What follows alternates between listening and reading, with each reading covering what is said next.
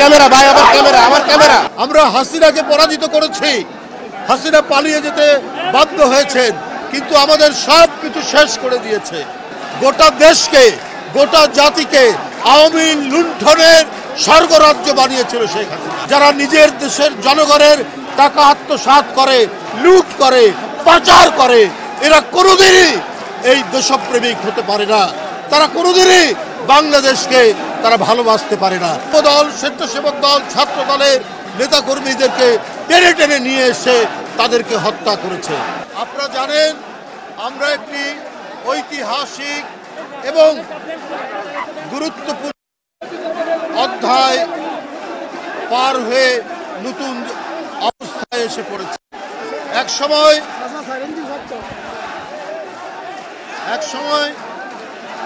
আমাদের কথা বলার স্বাধীনতা ছিল না। এক সময় আমরা গণতন্ত্রের চর্চা করতে পারতাম না, অনুশীলন করতে পারতাম না, আমরা সভা সমাবেশ করতে পারতাম না।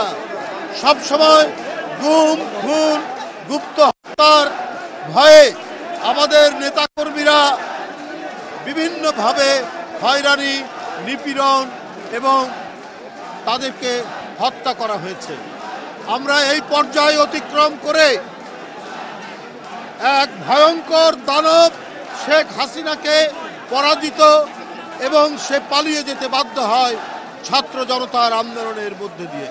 সুতরাং এই নতুন পরিবেশে নারায়ণগঞ্জ জেলা বিএনপির নতুন নেতৃত্ব মামুন মাহমুদ, দীপু ভূঁইয়া, রাজীব এবং টুটুলের নেতৃত্বে নতুন নেতৃত্ব একটি দৃষ্টান্ত স্থাপন করবে। বিএনপি নারায়ণগঞ্জ জেলার যে নতুন কমিটি, এই কমিটি জনগণের আস্থাশীল হবে। এই কমিটি নারায়ণগঞ্জে যে মাফিয়াদের রাজত্ব ছিল, যে শামীম ওসমানদের রাজত্ব ছিল, সেই ভয়ঙ্কর মাফিয়া তন্ত্রকে ভেঙে সেখানে ন্যায়, সামাজিক মূল্যবোধ, সামাজিক সাম্য এবং মানবিক মূল্যবোধ প্রতিষ্ঠিত করবে বিএনপির এই নতুন নেতৃত্ব। এবং নারায়ণগঞ্জবাসীর কাছে একটি ইতিবাচক এবং আস্থাশীল একটি কমিটি হিসাবে এই বিএনপির নতুন কমিটি তারা কাজ করবে। বন্ধুরা আমার, আজকে আমাদের গণতন্ত্রের অর্জনের জন্য অনেক কাজ বাকি। আমরা হাসিনাকে পরাজিত করেছি, হাসিনা পালিয়ে যেতে বাধ্য হয়েছেন, কিন্তু আমাদের সব কিছু শেষ করে দিয়েছে। আপনারা জানেন, এক একজন মন্ত্রী এবং আওয়ামী নেতাদের ব্যাংকের লেনদেন পাওয়া যাচ্ছে 800 কোটি টাকা, 1000 কোটি টাকা, 1500 কোটি টাকা, এবং একজন জেলা পর্যায়ের নেতা তারও 400-500 কোটি টাকার লেনদেন আমরা ব্যাংকের মধ্যে দেখছি। গোটা দেশকে, গোটা জাতিকে আওয়ামী লুণ্ঠনের স্বর্গরাজ্য বানিয়েছিল শেখ হাসিনা। বন্ধুরা আমার, যারা নিজের দেশের জনগণের টাকা আত্মসাৎ করে, লুট করে, পাচার করে, এরা কোনোদিনই এই দেশপ্রেমিক হতে পারে না। তারা কোনোদিনই বাংলাদেশকে তারা ভালোবাসতে পারে না। তাই তাদের হাত দিয়ে আমরা দেখেছি বারবার গণতন্ত্র হত্যা হয়েছে।